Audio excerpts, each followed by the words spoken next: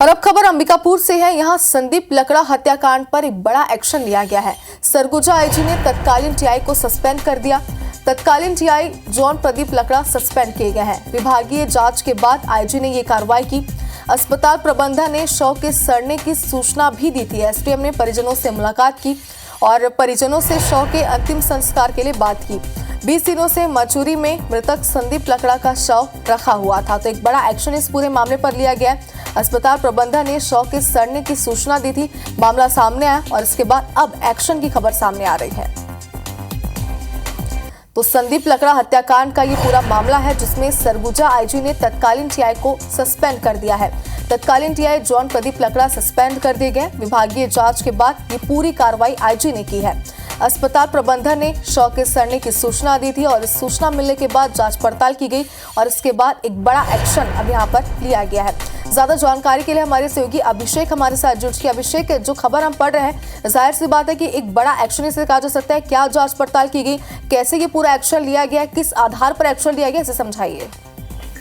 देखिए, ये जो मामला है उसमें संदीप लकड़ा की हत्या के बाद से जो ये आरोप लग रहे थे कि जो पुलिस है वो इसमें लापरवाही बरत रही है और जो तत्कालीन जो टीआई थे जॉन प्रदीप लकड़ा, उनके कार्यप्रणाली को लेकर भी जो परिवार के लोग हैं, समाज के लोग हैं, उन्होंने सवाल खड़ा किया था।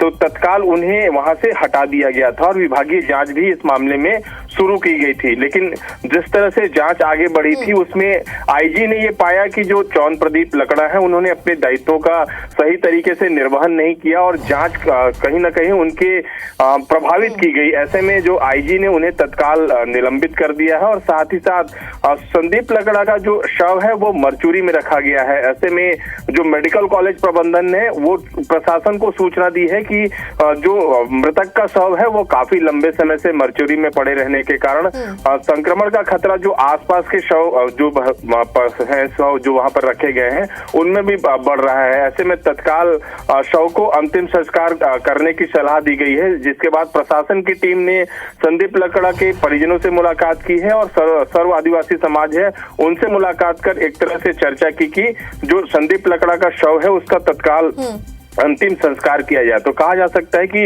दो बड़े यहाँ पर निर्णय लिए गए हैं। एक तो जो मेडिकल कॉलेज प्रबंधन है उसने शव के जो सड़ने की और संक्रमण का खतरा पैदा होने की जानकारी दी। शिकायत की गई थी उसके आधार पर जांच की गई और इसके बाद काम में लापरवाही यहाँ पर देखी गई और उसके बाद ये एक्शन। बहुत शुक्रिया तमाम जानकारी के लिए।